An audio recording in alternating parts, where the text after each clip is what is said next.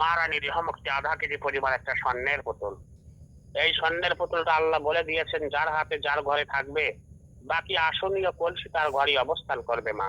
আমার কোনো সন্তান নাই মা, আমি কখনো বাবা ডাক শুনতে পাই নাই মা, আমি তোকে ধরে ফেলেছি মা। তোর পাশে কে শয়তান বেটি? এক ঘন্টা নষ্ট করার জন্য সরি বাবা। ওর গোষ্ঠী শুধু সাবু আমালি বেটা। আরে শোন, অভিনয়টা আর একটু ভালো করে করার দরকার ছিল, এগুলো পুরনো হয়ে গেছে বুঝছিস। আম্মা আমি ফোন দিলাম, ফোনটা রিসিভ করলো না কেন মা তখন? আস্তে ধীরে তো নামাজ পড়তাছি, তো নামাজ পড়া ওই ফোন যায় ধরতে ধরতে একটু চার্জও দিছি, তো দেরি হয়ে গেছে গা। আচ্ছা বুঝেছি চার্জও মা। দিছিলাম। আল্লাহ আল্লাহ রহমত বর্ষিত করুক মা। এখন মা নামাজ থেকে উঠেছ মা? পড়ছি। আলহামদুলিল্লাহ। আমি যে নিয়ম আদেশগুলো বলবো মা একটু মনোযোগ দিয়ে কথাগুলো শুনবা বুঝবা। আমার কথার ভেতরে যদি কোনো কথা তোমার বুঝতে অসুবিধা হয় বললে আমি বুঝায় বলবো, কিন্তু আল্লাহর কোনো হুকুম আদেশকে কিন্তু অবহেলার চোখে দেখা যাবে না। জি।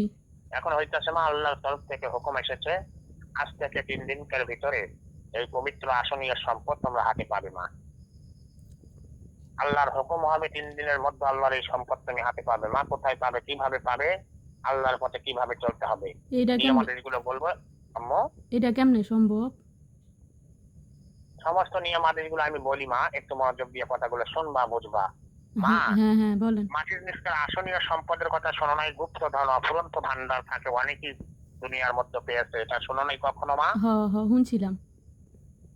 হ্যাঁ, তাহলে সেগুলো কিভাবে সম্ভব হয়েছে মা? মানে আমি কেমনে পাবো, এটা সম্ভব কেমনে? এটা আল্লাহর আসল সম্পদ, গুপ্ত ধন অফুরন্ত ভান্ডার। আগেকার যুগের মানুষকে আল্লাহর এই রহমত দান করা হয়েছে মা, আজও তারা আল্লাহর এই রহমত খাইতেছে। বড় বড় গার্মেন্টস ফ্যাক্টরির মালিক তারা হাজারো মানুষের কর্মস্থলের ব্যবস্থা করেছে, আমি তো মানুষকে সাহায্য করে, মানুষের বিপদে পাশে দাঁড়ায়। বুঝেছো মা? আমি তো কল্পনাও করি নাই এমন হইব। মা তোমার দ্বারাই হাজারো মানুষ লালিত পালিত হবে, মানুষের দুঃখ কষ্টগুলো তুমি দূর করতে পারবে ইনশাআল্লাহ। পারবে না মা? আলহামদুলিল্লাহ। আর মা আল্লাহর সম্পদটা আগামী 3 দিনের মধ্যে তুমি হাতে পাবে। কোথায় পাবে, কিভাবে পাবে, কিভাবে আল্লাহর হুকুম পালন করবে বলি।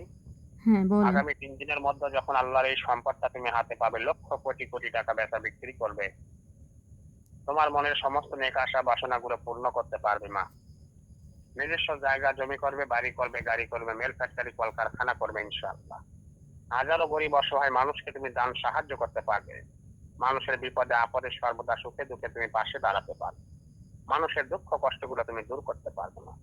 আল্লাহ সে রহমত তোমাকে করেছে মা। কিন্তু মা সবার আগে আল্লাহর হুকুমের কিছু কাজ তোমাকে করতে হবে আম্মু। আল্লাহ সম্পদটা যখন হাতে পাবে, এই সম্পদ বেচা বিক্রি করে এই অর্থ ব্যয় করে আল্লাহর হুকুমে তোমাকে মসজিদ ঘর নির্মাণ করতে হবে মা। জি। আল্লাহর ঘর একটা মসজিদ নির্মাণ করবে মা।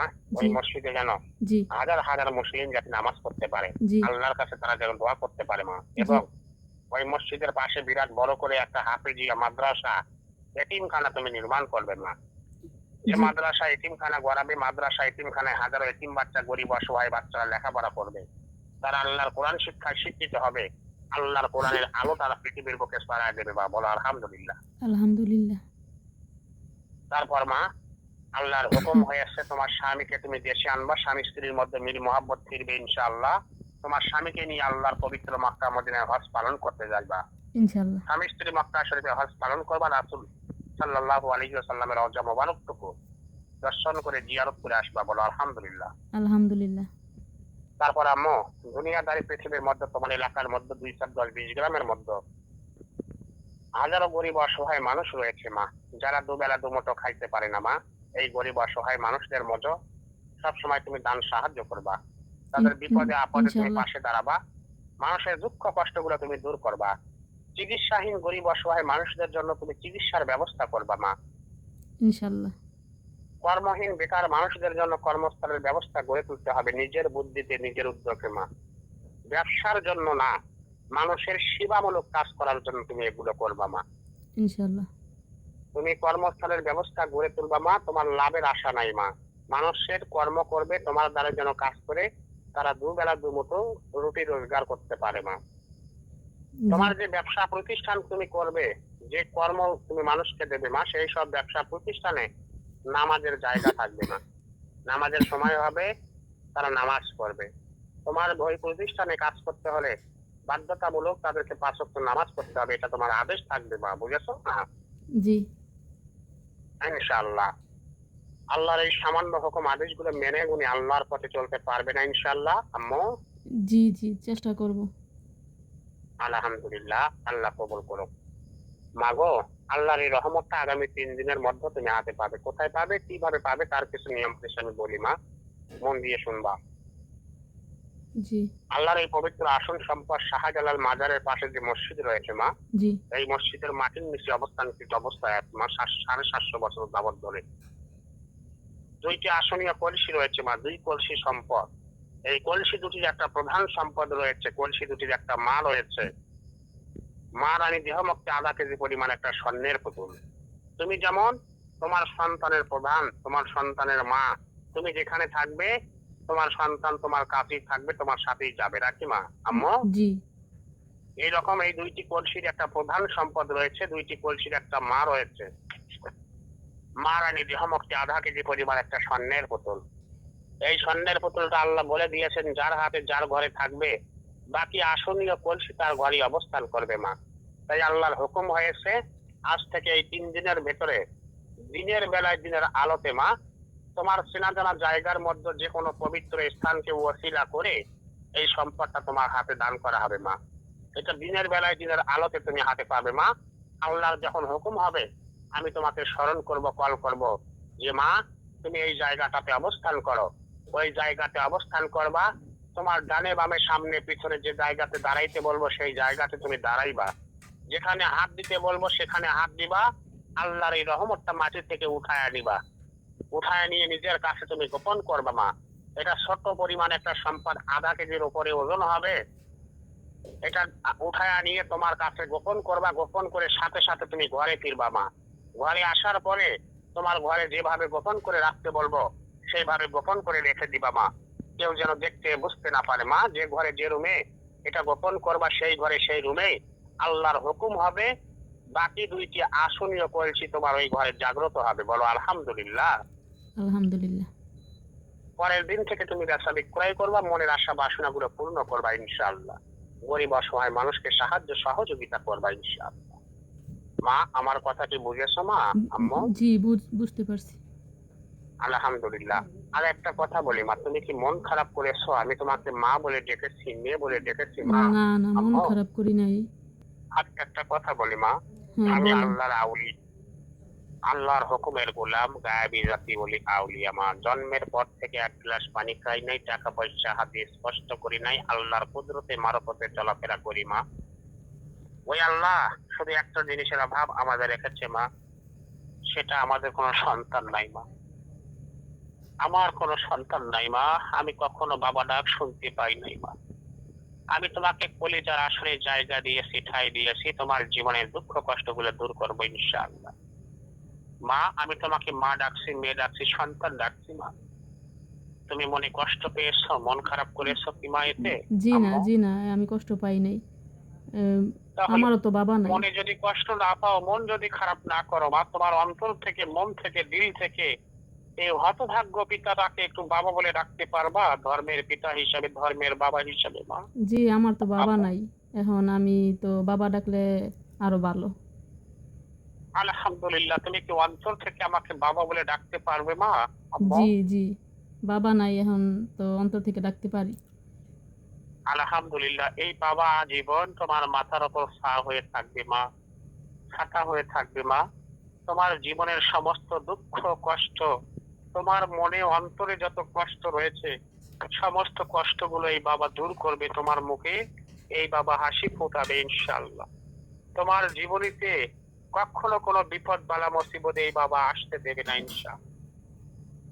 বিনিময়ে কখনো এই বাবাকে 1 গ্লাস পানিও খাওয়াইতে হবে না, একটি টাকা পয়সা দিয়ে বাবাকে কখনো সাহায্য সহযোগিতা করতে হবে না মা।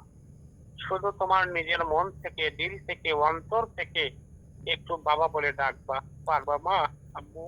জি কিন্তু মা আমার কষ্ট, তোমার জবানে এখনো আমি একটা বারো বাবা ডাকটা শুনতে পাই নাই। জি আমার জি পরিচয়টা আমি শীতল করতে পারি নাই মা। কিন্তু মা এই গোপন কথাগুলো কিন্তু গোপন রাখতে হবে মা। এগুলো আল্লাহর আসনীয় সম্পদ, অফুরন্ত ভান্ডার। এই কথা কিন্তু মানুষের কানে বলা বলি করা যায় না মা। জি জি এটা কিন্তু আল্লাহর তরফ থেকেই নিষেধাজ্ঞা আছে মা। অন্য কাউকে বললে বালা মুসিবত আসবে জীবনের উপরে, বুঝেছো মা? জি তোমার কথাটা নিজের মধ্যে গোপন রাখতে পারবো না আগামী 3টা দিন শুধু মা। তারপর পারবো বাবা। তোমার আম্মুকে দেখাইতে পারবা, তোমার আম্মুকে বলতে পারবা, তোমার ভাইদেরকেও সাহায্য সহযোগিতা করতে পারবে ইনশাআল্লাহ। বুঝতে পেরেছো আম্মু? 3টা দিন কথাটা জি শুধু নিজের মধ্যে গোপন রাখতে পারবে তো ইনশাআল্লাহ মা না? জি জি পারবো। আলহামদুলিল্লাহ।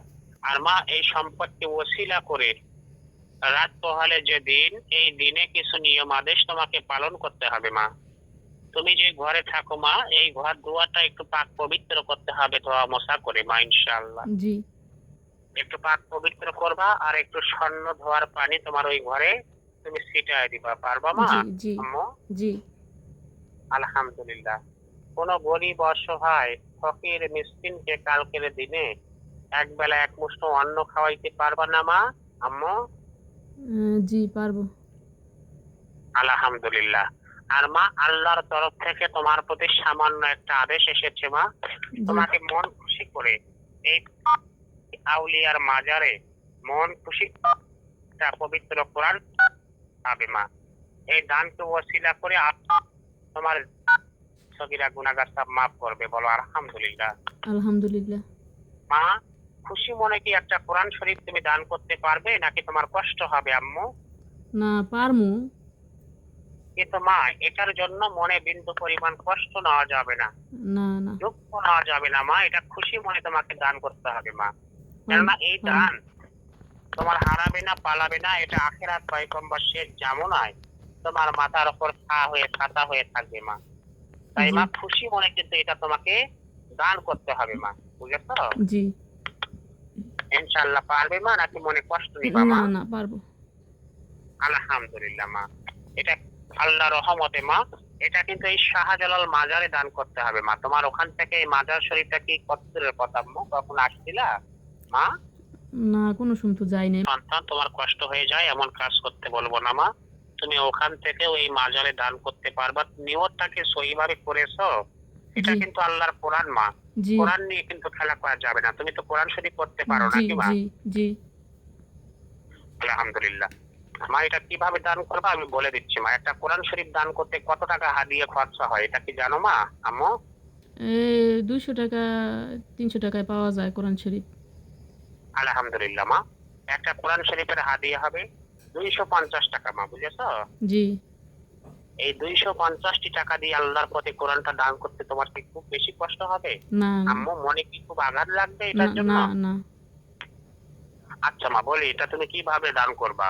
আমি যে ফোন যন্ত্র দিয়ে কথা বলতেছি মা, জি এটা এই মসজিদের মুয়াজ্জিন সাহেবের মোবাইল মা। জি তুমি কালকে শুভ সকাল বেলা এই মুয়াজ্জিন সাহেবের এই মোবাইলের এই নাম্বারে এই 250 টাকা তুমি কষ্ট করে একটু পাঠায় দিবা মা। পাঠানোর পরে আমি বলি, হ্যাঁ বলেন। পাঠানোর পরে এই মোবাইলে তুমি 1 মিনিট একটু কল করতে পারবে না মা? এই 250 টাকা তোমার ঘরে নাই মা? এটা তো বেশি অর্থ না মা। টাকা টোকা নাই ওই যে মাসের 10 তারিখে টাকা হেমতন আসে সব বাজার সদাই মানে কইরা লাই কানের ঋণ আছে জিনিস। আল্লাহ রহমত করুক মা। যেটাই থাক না কেন মা, আমরা কি তোমার ধন সম্পদের কাঙাল আম্মু? না তুমি এটা কেন বললা যে স্বর্ণ আছে কোনো টাকা পয়সা নাই? মানে বললাম যদি বেশি হয় তো মানে কানের দুল আছে, কানের ঋণ আর কি, ওই ঋণ বিক্রি করতে পারবো কইরা এরপরে আল্লাহ করতে পারবো। এটা তোমাকে কোরআন শরীফ দান করতে বলেছি। কোরআন শরীফ দান করতে কি তোমার কানের রিং বিক্রি করা লাগবে আম্মু? অন্য তো আপাতত তো নাই। ঠিক আছে মা। আল্লাহর দুনিয়াতে তুমি যে অভিনয়টা বাবার সাথে করলা এর খেসারত সারা দিবি না। সারা জীবন তোকে পস্তাইতে হবে। আমি কি তোর কথা কিছুই বুঝি না? আমি তোকে ধরে ফেলেছি মা। তোর পাশে কে? শয়তান বেটি। বাবা ধন্যবাদ। ভুল জায়গায় কল দিয়েছেন বাবা। বাবা অভিনয়টা আরেকটু বাবা বাবা বাবা বাবা অভিনয়টা আরেকটু বাবা অভিনয়টা আরেকটু ভালোভাবে বাবা অভিনয়টা আরেকটু সুন্দরভাবে করা দরকার ছিল বাবা। বাবা আপনার টাকা নষ্ট করার জন্য সরি, আপনার এই আধা ঘন্টা 1 ঘন্টা নষ্ট করার জন্য সরি বাবা। আরে শোন, অভিনয়টা আর একটু ভালো করে করা দরকার ছিল, এগুলো পুরনো হয়ে গেছে বুঝছিস। কেটে দিছে বাবা, বাবা খতম, ব্যাস। আপনাদের ভিডিওটা কেমন লাগলো আপনারা জানাবেন, খুব মাস্তি হলো।